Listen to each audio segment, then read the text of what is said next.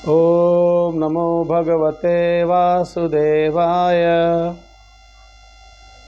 ओम अज्ञानतिमिरन्धस्य ज्ञानाञ्जनशलाकया चक्षुरुन्मीलितं येन तस्मै श्रीगुरुवे नमः।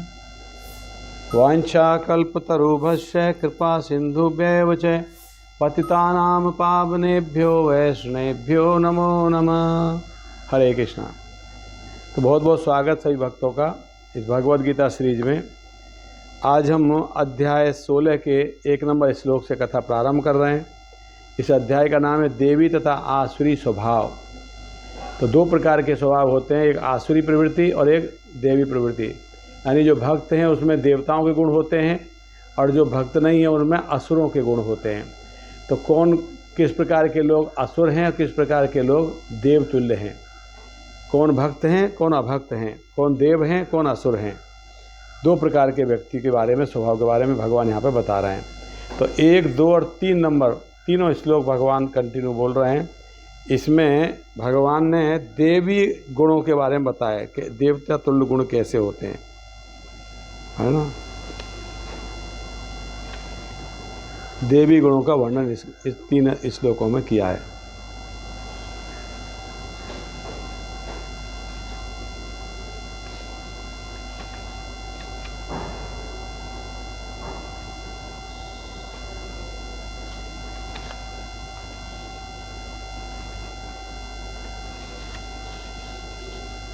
तो पहला श्लोक, श्री भगवान उवाच अभयं सत्वं संशुद्धि ज्ञान योग व्यवस्थितिः दानं दमस्य यज्ञश्च स्वाध्यायस्तप आर्जवम् अहिंसा सत्यम क्रोध त्यागः शान्तिरपैशुनम दया भूतेष्व लोलुप्त्वं मार्दवम् हि रचापलम तेजय क्षमा धृतिः शोचम द्रोहो नातिमानितः भवन्ति संपदम देवीं अभिजातस्य भारत। तो भगवान ने कहा, हे भरत पुत्र, निर्भयता, आत्मशुद्धि, आध्यात्मिक ज्ञान का अनुशीलन, दान, आत्मसंयम, यज्ञ परायणता, वेदाध्ययन, तपस्या, सरलता, अहिंसा, सत्यता, क्रोध विहीनता, त्याग, शांति, छिद्रान्वेषण में रुचि, समझ जीवों पर करुणा, लोभ विहीनता, भद्रता, लज्जा, संकल्प, तेज, क्षमा, धैर्य, पवित्रता, ईर्ष्या तथा सम्मान की अभिलाषा से मुक्ति, ये सारे दिव्य गुण हैं जो देवी प्रकृति से संपन्न देवतुल्य पुरुषों में पाए जाते हैं। इतने सारे गुण बताए। जो व्यक्ति का स्वभाव इन गुणों से मिलेगा वो व्यक्ति देवतुल्य है, यानी वो भक्त है। तो प्रभुपाद जी यहाँ इसको क्लियर कर रहे हैं कह रहे हैं सत्वगुण में किए गए सारे कार्य मुक्ति पथ में प्रगति करने के लिए शुभ माने जाते हैं। ऐसे कार्यों को देवी प्रकृति कहा गया है। देवी प्रकृति का मतलब है सत्वगुण में कार्य करना। 3 प्रकार के गुण आप जानते हैं, सत्वगुण, रजोगुण, तमोगुण। तो मात्र जो सत्वगुणी व्यक्ति हैं वो देवी प्रकृति कार्य कर रहे हैं, वो देवी प्रकृति में है। और रजोगुणी तमोगुणी वो दोनों आसुरी प्रवृत्ति में आते हैं। जो लोग देव प्रकृति स्थित होते हैं वे मुक्ति के पद पर अग्रसर होते हैं। जो देवी प्रकृति में सत्वगुण में है वो मुक्ति के पद पर आगे बढ़ रहे होते हैं। उनके अंदर वैराग्य आता है, भगवान को प्राप्त करने की इच्छा आती है, वो मुक्ति के पद पर आगे बढ़ते हैं। इसके विपरीत उन लोगों के लिए जो रजो और तमोगुण में रहकर कार्य करते हैं मुक्ति की कोई संभावना नहीं रहती। जो रजोगुण और तमोगुण में रहते हैं उनके लिए मुक्ति की कोई संभावना नहीं होती। उन्हें या तो मनुष्य की तरह इसी भौतिक जगत में रहना होता है या फिर वे पशु योनि में, इससे भी निम्न योनियों में अवतरित होते हैं। तो जो रजोगुण और तमोगुण में जीते हैं या तो वो वापस मनुष्य के जीवन में आएंगे जो रजोगुण में है, और जो तमोगुण में वो पशु योनि में चले जाएंगे। तो सतोगुणी व्यक्ति ही अपने अध्यात्म उन्नति के पथ पे अग्रसर होता है और रजोगुणी तमोगुणी नहीं होते। तो सतोगुणी व्यक्ति देवी प्रकृति में आता है और रजोगुणी और तमोगुणी आसुरी प्रवृत्ति में आते हैं। रूपाल जी भगवद गीता में पहले ही पढ़ चुके हैं कि अच्छी संतान उत्पन्न करने के निमित्त मैथुन जीवन साक्षात कृष्ण है। मैथुन जीवन गृहित नहीं है यदि इसका कृष्ण महाराज में प्रयोग किया जाए। जो लोग कृष्ण महाराज में हैं वो कम से कम उन्हें तो कुत्ते बिल्लियों की तरह संतान उत्पन्न नहीं करनी चाहिए। उन्हें ऐसी संतान उत्पन्न करनी चाहिए जो जन्म लेने के पश्चात कृष्ण भाव बन सके। तो यहाँ पे भगवान प्रभुपाद जी बता रहे हैं कि भगवद गीता में जैसे कहा गया है कि जो मैथुन जीवन है वो मैथुन जीवन अच्छी संतान उत्पन्न करने के हिसाब से अगर मैथुन करते हैं तो वो साक्षात कृष्ण है। मैथुन जीवन गलत नहीं है, पति पत्नी का संबंध रखना गलत नहीं है, मगर वो किस उद्देश्य से होना चाहिए? भगवान का भक्त पैदा हो, ऐसे उस उद्देश्य से संतान उत्पन्न करना चाहिए। यानी पति पत्नी को संबंध करने के लिए एक उद्देश्य होना चाहिए, बिना उद्देश्य के नहीं करना। नॉट फॉर सेंस ग्रेटिफिकेशन, इंद्रिय तृप्ति के लिए संभोग नहीं करना। पति पत्नी को संभोग करना है उद्देश्य से। उद्देश्य क्या होना चाहिए? अच्छी संतान उत्पन्न करना। तो ऐसा मैथुन गृहितकारी नहीं है, ऐसा मैथुन अलाउड है, ये संभोग करना। और किस लिए? भगवान के भक्त पैदा करने के लिए, सतोगुणी व्यक्ति उत्पन्न करने के लिए। फिर आगे प्रभुपाद जी लिख रहे हैं, व्यक्ति के अंदर निर्भयता होनी चाहिए। निर्भयता कैसे होनी चाहिए? पहला गुण बताया था, निर्भय। अभयम, अभय मतलब बिना भय, निर्भय। तो निर्भय कब होगा आदमी? प्रभुपाद जी लिख रहे हैं, मैं कभी अकेला नहीं हूँ, भले ही मैं गहनतम जंगल में क्यों न रहूँ, मेरा साथ कृष्ण देंगे जब और सब तरह से मेरी रक्षा करेंगे। ऐसा विश्वास अभयम या निर्भयता कहलाता है। संन्यास आश्रम में व्यक्ति की ऐसी मनोदशा आवश्यक है। अगर कोई व्यक्ति संन्यास लिया है, भगवान के शरणागत हो गया है, ये जीवन में उसने भगवान की भक्ति करने का प्रयास किया है और संकल्प ले लिया है, फिर उसको भय नहीं होना चाहिए, मेरा भरण पोषण कैसे होगा, मेरी देखरेख कौन करेगा, ओल्ड एज में मेरा कौन मुझे संभालेगा। नहीं, भगवान पर डिपेंड होना चाहिए। भगवान जी कह रहे हैं, प्रभुपाद जी कह रहे हैं, अगर कोई व्यक्ति जंगल में है चाहे फिर भी अकेला है, उसको भय नहीं होना चाहिए कि मुझे कोई जंगली पशु मारे खा जाएगा। उसके कृष्ण हमेशा उसके साथ में है। कृष्ण हमारे भी हृदय में है और जो जंगली पशु, हिंसक पशु है, कृष्ण उसके हृदय में भी है। तो भगवान कृष्ण उस व्यक्ति को प्रेरणा कब, पशु को भी प्रेरणा कब देंगे? जब भगवान की इच्छा होगी तब उसको प्रेरणा देंगे, तभी कोई दूसरे को अहित कर सकता है, हानि पहुंचा सकता है। तो भगवान हमेशा मेरे साथ में है, ऐसा विश्वास होना ही निर्भयता है। और सोचम, शुद्धता। रूपाय लिख रहे हैं, ये सबसे महत्वपूर्ण है। सन्यासी को किसी स्त्री के साथ घनिष्ठ संबंध नहीं रखना चाहिए। रूपा जी यहाँ क्लियर कर रहे हैं, जो साधु हैं, सन्यासी हैं, उनको स्त्रियों से बात नहीं करना चाहिए। इसलिए आप देखते हो कि स्वामीनारायण के जो संत हैं वो स्त्रियों को देखते नहीं हैं, उनसे मिलते नहीं हैं, बात नहीं करते। उसे एकांत स्थान में स्त्री से बात करने तक की मनाही है। एकांत में स्त्री के साथ बात नहीं करना चाहिए उसे। भगवान चैतन्य आदर्श सन्यासी थे। चैतन्य महाप्रभु एक आदर्श सन्यासी थे। जब पुरी में रह रहे थे तो उनकी भक्तिनों को उनके पास नमस्कार करने तक के लिए नहीं आने दिया जाता था, उन्हें दूर से ही प्रणाम करने के लिए आदेश था। स्त्रियां चैतन्य महाप्रभु के पास जाकर प्रणाम नहीं कर सकती थी, दूर से ही प्रणाम करती थी, ऐसा उनको आदेश था।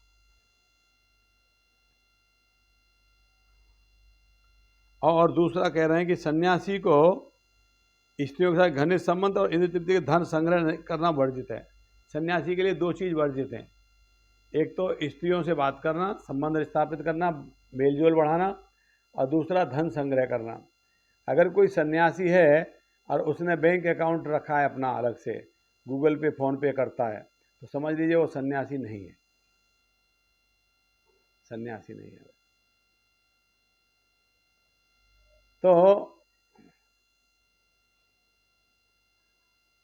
मेरे गुरु महाराज हिज होलीनेस गोपाल कृष्ण गोसाई महाराज जब विदेश की उनके पास में ग्रीन कार्ड था, विदेश का उनके पास में आने जाने के लिए उन्होंने ले रखा था जो, तो वहाँ पे कुछ ना कुछ उनका ट्रांजैक्शन कुछ ना कुछ दिखाना पड़ता है। इसके लिए उन्होंने किसी व्यक्ति को साथ में रख के एक अकाउंट खोला था, और जब महाराज जी ने शरीर छोड़ा तो वो भी डिटेल में लिख के गए कि मेरा वहाँ पे अकाउंट है, उसमें इतना पैसा है, वो पैसा इससे संस्था में लगा दिया जाए।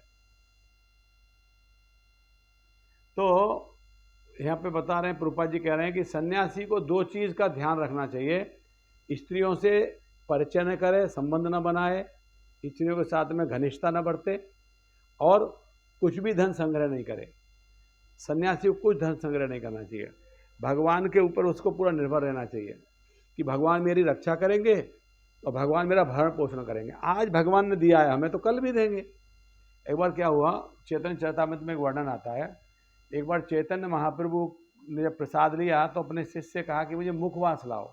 प्रसाद के बाद खाते हैं ना मुखवास, तो भक्त गया और आश्रम में से मुखवास ला के 2 मिनट में ला के तुरंत दे दिया, लीजिए। बोले इतना जल्दी कैसे लेके आ गए? चैतन्य महाप्रभु कहता कि जाएंगे बाहर से मांग के कहीं से लेके आएंगे, इतना जल्दी कैसे लेके आ गए? बोले मैं कल रख दिया था, कल ज़्यादा था उसमें से बचा कर रख दिया था। चैतन्य महाप्रभु ने मना किया, नहीं, क्यों संग्रह किया तुमने? क्या तुमको विश्वास नहीं था आज के ऊपर कि भगवान आज देंगे? जब कल भगवान ने दिया था तो आज भी देंगे भगवान। तो सन्यासी को ये 2 प्रकार की चीज़ों से बहुत सावधान रहना चाहिए, स्त्रियों से मेलजोल नहीं बढ़ाना चाहिए और धन का संग्रह नहीं करना चाहिए। ये 2 चीज़ बहुत आवश्यक है। और चैतन्य महाप्रभु जब सन्यासी के रूप में ये धराधाम पे थे तो उन्होंने एक आदर्श सन्यासी का परिचय दिया, आदर्श सन्यासी का एक एग्जाम्पल खड़ा किया, किस प्रकार से एक सन्यासी को जीवन जीना चाहिए।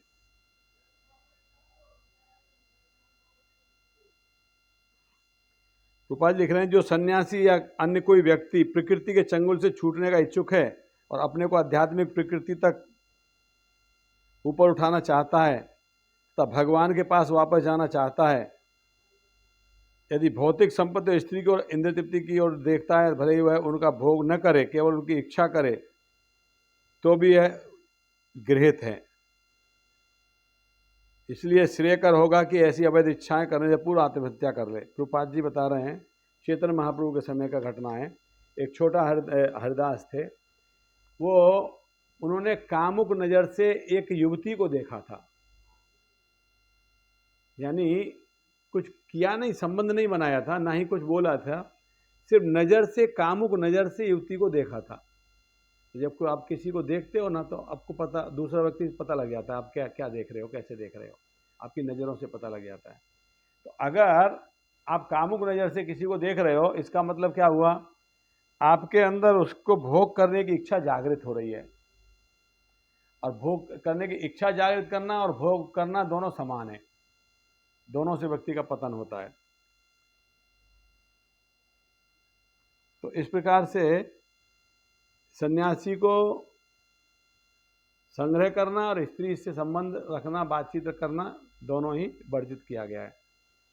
और अगला गुण क्या बताया देवी गुण में, ज्ञान योग। ज्ञान योग व्यवस्थित है, ज्ञान के अनुशीलन का संकलन करना। तो एक सन्यासी को, व्यक्ति को आध्यात्मिक उन्नति के लिए, वास्तविक जीवन के लिए उसे ज्ञान के द्वारा भक्ति करने के लिए योग्यता अर्जित करना चाहिए, ज्ञान प्राप्त करना चाहिए। रूपा देख रहे हैं, सन्यासी मात्र विनयशीलता द्वारा द्वार जाता है, भिक्षाटन के उद्देश्य से नहीं जाता। तो सन्यासी जो घर घर जाते हैं भिक्षा मांगने, सन्यासी का उद्देश्य होता है वहाँ पे जाके वो गृहस्थों को समझाएं कि तुम भगवान की भक्ति करो, ये उद्देश्य होना चाहिए। और दान, दान भी एक दिव्य गुण में आता है। तो दान गृहस्थों के लिए है, गृहस्थों को चाहिए कि वे निष्कपटता से जीवन यापन करना सीखें। एक तो जीवन यापन करने में कोई कपटता नहीं करनी चाहिए, निष्कपटता जीवन यापन करें और अपनी कमाई का 25% विश्व भर में कृष्ण के प्रचार में खर्च करें। जो हम कमा रहे हैं उसका 25% भगवान के प्रचार प्रसार में खर्च करना चाहिए, लगाना चाहिए। फिर प्रभुपाद जी बोले सत्वगुण में दिए जाने वाले दान की संस्तुति शास्त्रों ने की है। दान भी 3 प्रकार का दिया जाता है, सत्वगुण में, रजोगुण में और तमोगुण में। तो सत्वगुण में दान दिया जाता है वो भगवान के भक्तों को, वैष्णवों को दिया जाता है। और जो रजोगुण और तमोगुण में दान दिया जा रहा है वो धन का अपव्यय मात्र है। रजोगुण में कैसे अपना नाम करने के लिए कुआं बना दिया, धर्मशाला बना दिया, हॉस्पिटल बना दिया, क्या और नाम लिखवा दिया बड़ा बड़ा, तो ये रजोगुणी दान है।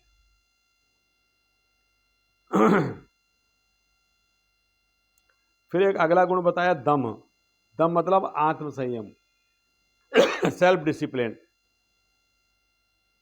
यह धार्मिक समाज के अन्य आश्रमों के लिए नहीं है,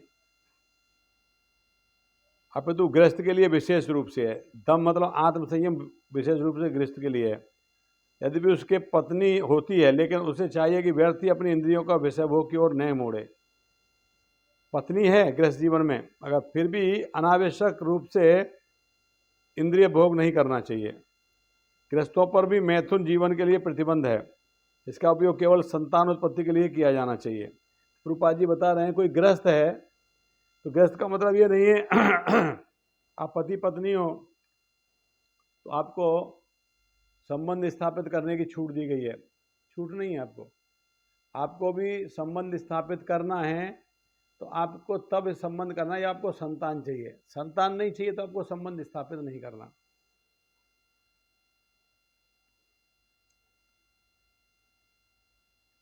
फिर आगे बताया है यज्ञ करना।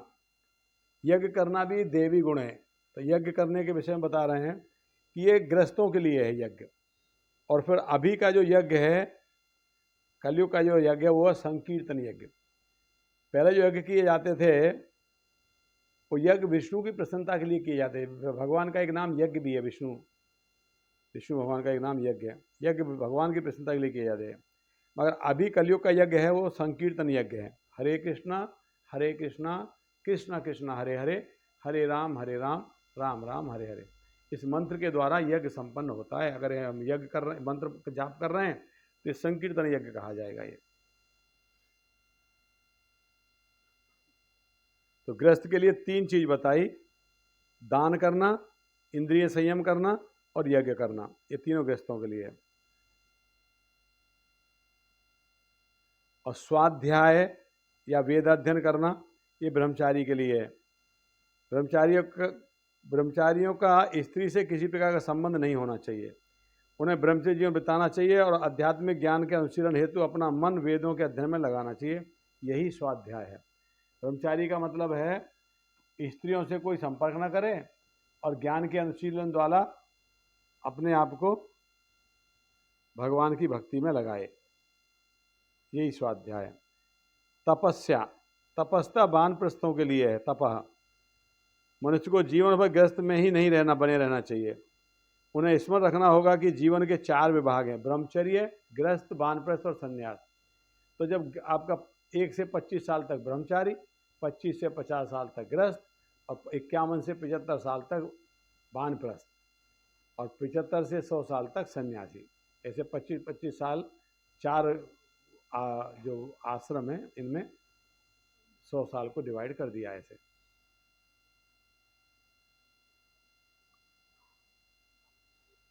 तो व्यक्ति को 50 साल के बाद गृहस्थ जीवन से विरक्त हो जाना चाहिए और फिर भगवान की भक्ति में लग जाना चाहिए। सही प्रकार के मोहों को त्याग देना चाहिए।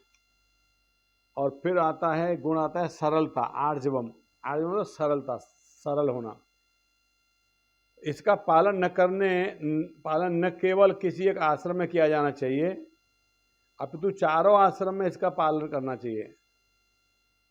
ब्रह्मचर्य, गृहस्थ, वानप्रस्थ और संन्यास में सरलता होना बहुत जरूरी है। आर्जवम, सरलता, सरल होना, सीधा सरल होना। मनुष्य को अत्यंत सरल और सीधा होना चाहिए। फिर आया अहिंसा। अहिंसा का मतलब है जो लोग आध्यात्मिक साक्षात्कार प्राप्ति करने के इच्छुक हैं उन्हें पशु हिंसा नहीं करनी चाहिए। प्रभुपाद जी बता रहे हैं अगर कोई पशु के शरीर में है और उसे असमय मार दिया जाता है तो पुनः उसे वापस उसी योनि में फिर से आना पड़ता है बाकी के दिनों को उस पशु जीवन में व्यतीत करने के लिए। इसलिए हम अपने जीवन में अपने स्वाद की तुष्टि के लिए पशुओं की हत्या नहीं करनी चाहिए, मांस खाने के लिए पशु हत्या नहीं करनी चाहिए। फिर आया है अगला गुण है सत्यम। सत्यम का मतलब है मनुष्य को अपने स्वार्थ के लिए सत्य को तोड़ना मरोड़ना नहीं चाहिए, जो है जैसा वैसा बोलना चाहिए। अपने स्वार्थ के लिए सत्य को तोड़ मरोड़ कर नहीं बोलना चाहिए। फिर आया अक्रोध, क्रोध नहीं करना, क्रोध को रोकना। यदि कोई क्षुब्ध बनावे तो भी सहिष्णु बना रहना चाहिए, क्योंकि एक बार क्रोध करने पर सारा शरीर दूषित हो जाता है।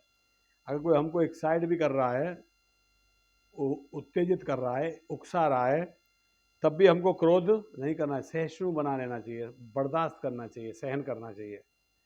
क्योंकि एक बार अगर आपको क्रोध आ गया तो आपका सारा शरीर दूषित हो जाएगा, आपकी चेतना दूषित हो जाएगी, आपका शरीर दूषित हो जाएगा, आपके अंदर अवगुण आ जाएंगे क्रोध आ गया तो। और फिर आगे है अपैशुनम। अपैशुनम का मतलब है दूसरों में दोष न देखना, क्रिटिसाइज न करना, निंदा न करना, आलोचना न करना। ये भी देवी गुण है, अपैशुनम, दूसरों की निंदा न करना। फिर है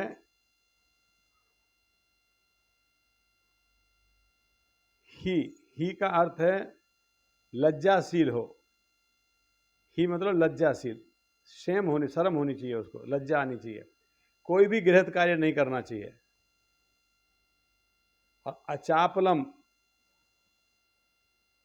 इसका अर्थ है किसी प्रयास से विचलित या उदास न होना। अचापलम, चंचलता नहीं, संकल्प लेना चाहिए, डेडिकेशन होना चाहिए, डेडिकेट होना चाहिए व्यक्ति को, जो प्रयास कर रहा है उससे विचलित नहीं होना चाहिए, ये भी एक देवी गुण है। फिर है तेजस, तेज, तो ये क्षत्रियों के निमित्त है, क्षत्रियों को तेजस्वी होना चाहिए ताकि निर्बलों की रक्षा कर सकें। फिर एक गुण आता है शौचम, यानी पवित्रता। तो मन और शरीर से पवित्र होना बहुत जरूरी है व्यक्ति को। पवित्रता हमारे मन और शरीर में ही नहीं, हमारे व्यवहार में भी दिखना चाहिए, शौचम, ये गुण है। तो इस प्रकार से टोटल 26 गुण यहाँ भगवान ने बताए हैं, 26 गुण टोटल। ये 26 गुण जिसके अंदर हैं वो व्यक्ति देवी प्रकृति में आता है, यानी सतोगुणी है वो व्यक्ति। देवी प्रकृति मतलब सतोगुणी।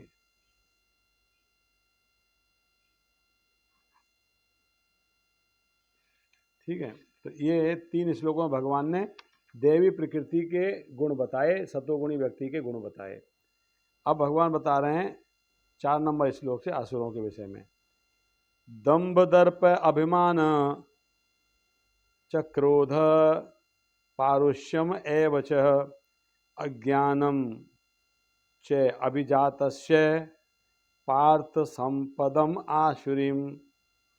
अब भगवान बता रहे हैं कि हे पार्थ, दंभ, दर्प, अभिमान, क्रोध, कठोरता तथा अज्ञान, ये आसुरी स्वभाव वालों के गुण हैं। आसुरी प्रवृत्ति के व्यक्ति कैसा होता है? दंभी होता है ना। दंभ मतलब अहंकार, बहुत अहंकार, ईगो बहुत होता है, दंभ अहंकार। दर्प मतलब घमंड, घमंडी होता है वो, बहुत घमंड करता है, जो कुछ उसके पास योग्यता है उसका उसे बड़ा घमंड रहता है आसुरी प्रवृत्ति के व्यक्ति का। और अभिमान, बड़ा गर्व करता है, अपने ऊपर गर्व करता है। तो अहंकार, घमंड और गर्व, ये तीनों जो लक्षण हैं ये असुरों के हैं, असुर प्रवृत्ति का व्यक्ति है वो। और क्रोध, असुर प्रवृत्ति के व्यक्ति में क्रोध भी होता है, क्रोधी होता है वो। और निष्ठुरता, निष्ठुर होता है वो। और अज्ञानी होता है, ये आसुरी प्रवृत्ति के स्वभाव हैं। तो इस श्लोक में नरक के राजमार्ग का वर्णन है। ऐसा व्यक्ति नरक में जाता है। आसुरी स्वभाव वाले लोग धर्म तथा आत्मविद्या के प्रकृति का आडंबर रचना चाहते हैं, भले ही वो उनके सिद्धांतों का पालन न करें। ऐसे व्यक्ति दिखाते हैं कि हम धार्मिक हैं, मगर धार्मिकता उनके अंदर नहीं होती, आडंबर करते हैं, ढोंग करते हैं। वे सदैव किसी शिक्षा या प्रचुर संपत्ति का अधिकारी होने का दर्प करते हैं। शिक्षा है तो उसका उन्हें बड़ा घमंड रहता है, बड़ा अहंकार रहता है। संपत्ति है तो बड़ा उसका घमंड रहता है, बड़ा अहंकार रहता है। वे चाहते हैं कि अन्य लोग उनकी पूजा करें और सम्मान दिखलाएं, भले ही वह सम्मान के योग्य न हो। ऐसे बहुत धनी व्यक्ति मिल जाएंगे। धन होना कोई योग्यता है क्या? धन होना योग्यता नहीं है, मगर उनके अंदर बहुत घमंड रहता है कि वो धनी है, लोग उनके सम्मान करना चाहिए। धनी है तो इसमें क्या सम्मान करना? धनी व्यक्ति धन कोई गुण है क्या? धन कोई गुण है क्या? धन गुण नहीं है, आसुरी प्रवृत्ति है धन एकत्र करना। तो आपको सम्मान कैसा फिर? तो धनी व्यक्ति क्या सोचता है? मेरा सम्मान होना चाहिए। छोटी छोटी बातों पर क्रुद्ध हो जाते हैं और रौब से बोलते, नम्रता से नहीं बोलते, रौब से बोलते हैं। वे ये नहीं जानते कि क्या करना चाहिए क्या नहीं करना चाहिए, उनको ये भी ज्ञान नहीं है। वे अपनी इच्छा अनुसार सनक बस सारे कार्य करते हैं। सनकी होते हैं वो व्यक्ति, आसुरी प्रवृत्ति के व्यक्ति सनकी होते हैं और किसी प्रमाण को नहीं मानते, वो शास्त्रों को नहीं मानते, अपने मन मर्जी करते हैं। और ये आसुरी गुण उन्हें कब से मिलते हैं मालूम है? जब अपनी माता के गर्भ में होते हैं, तब से उन्हें आसुरी गुण मिलते हैं। और ज्यों ज्यों वो बढ़ते हैं त्यों त्यों वे अशुभ गुण प्रकट होते जाते हैं। तो यहाँ पे आसुरी प्रवृत्ति के लोगों के गुण बताए। क्या क्या होता है? वो अहंकार होता है, घमंड होता है, गर्व करते हैं, क्रोध करते हैं, निष्ठुर होते हैं, अज्ञान होते हैं, है ना। तो जो व्यक्ति धन संग्रह करते हैं, जो धन एकत्र करके, जिनको धन का घमंड है, धन एकत्र करने की प्रॉब्लम नहीं है, धन है तो ठीक है। धन आपको कभी कभी आपके पूर्व जन्म के कर्मों के अनुसार आपको धन मिलेगा। जैसे पूर्व जन्म के कर्मों के अनुसार आपको दुख मिलता है ना, वैसे आपको सुख भी मिलेगा। अब जो व्यवसाय करेंगे उसमें धन आएगा पूर्व जन्म के कर्मों के अनुसार। मगर जो धन पाके जो गर्वित हो जाते हैं, जो अहंकारी हो जाते हैं, जो घमंडी हो जाते हैं, जिनके अंदर अहंकार होता है, गर्व होता है, जो अपनी बात पर गर्व करते हैं, जो घमंड करते हैं, वो आसुरी प्रवृत्ति के व्यक्ति है। इस प्रकार से कहा गया।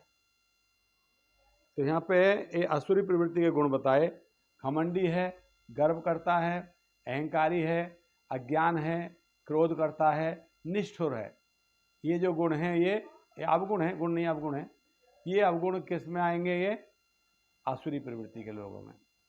फिर 5वें नंबर श्लोक में भगवान कह रहे हैं, देवी संपत विमोक्षाय निबंधाय आसुरी मतः मां शुच संपदम देवीम अभिजात असि पांडव। कह रहे हैं दिव्य गुण मोक्ष के लिए अनुकूल हैं और असुरी गुण बंधन दिलाने के लिए। हे पांडवपुत्र, तुम चिंता मत करो कि तुम देवी गुणों से युक्त होकर जन्मे हो। तो भगवान अर्जुन को कह रहे हैं कि हे अर्जुन, जो देवी गुण है उनसे मोक्ष प्राप्त होता है और आसुरी गुण है उनसे बंधन। तो फिर कह रहे तुम चिंता मत करो, तुम्हारे अंदर देवी गुण है। क्योंकि अर्जुन लड़ने से मना कर रहा था ना, तो अर्जुन को लग रहा था कि मैं लड़ रहा हूँ मतलब मेरे अंदर आसुरी गुण है क्या। भगवान कह रहे नहीं, तुम्हारे अंदर आसुरी गुण नहीं है, तुम इसलिए लड़ रहे हो क्योंकि तुम क्षत्रिय हो, तेज तुम्हारा गुण है, इसलिए तुम लड़ रहे हो। इसलिए तुम चिंता मत करो, तुम देवी गुणों से युक्त हो। अर्जुन यह विचार कर रहा था कि भीष्म और द्रोण को जैसे प्रतिष्ठित महापुरुषों का वध किया जाए या नहीं। अतः वह न तो क्रोध के वशीभूत होकर कार्य कर रहा था, न झूठी प्रतिष्ठा या निष्ठुरता के अधीन होकर। अतः वह आसुरी स्वभाव का नहीं था। क्षत्रिय के लिए शत्रु पर बाण बरसाना दिव्य माना जाता है। अर्जुन क्षत्रिय है, अब वो युद्ध कर रहा है तो वो आसुरी प्रवृत्ति में नहीं है, और देवी प्रकृति में आ गया। आसुरी प्रवृत्ति में वो आता है जो व्यक्ति धन संग्रह के लिए, अर्जुन को धन संग्रह करने की इच्छा नहीं थी, राज्य प्राप्त करने की इच्छा नहीं थी, मगर भगवान का आदेश है इसलिए युद्ध कर रहा है वो, तो वो आसुर प्रवृत्ति में नहीं है, वो देवी प्रकृति में है। फिर आगे कहते हैं 6 नंबर में, दो भूत सर्गो लोके अस्मिन् देव आसुरी में वचः देवो विस्तरस प्रोक्ता सुरम प्रार्थ में शृणु। कह रहे हैं हे प्रतापुत्र, इस संसार में सर्जित प्राणी दो प्रकार के हैं, एक देवी प्रकृति और एक आसुरी प्रकृति। मैं पहले ही विस्तार से तुम्हें देवी गुण बता चुका हूं, अब मुझसे आसुरी गुणों के विषय में सुनो। तो 6 नंबर अध्याय में भगवान कह रहे हैं कि दो प्रकार के व्यक्ति होते हैं, प्राणी होते हैं, एक देवी प्रकृति के और एक आसुरी प्रकृति के।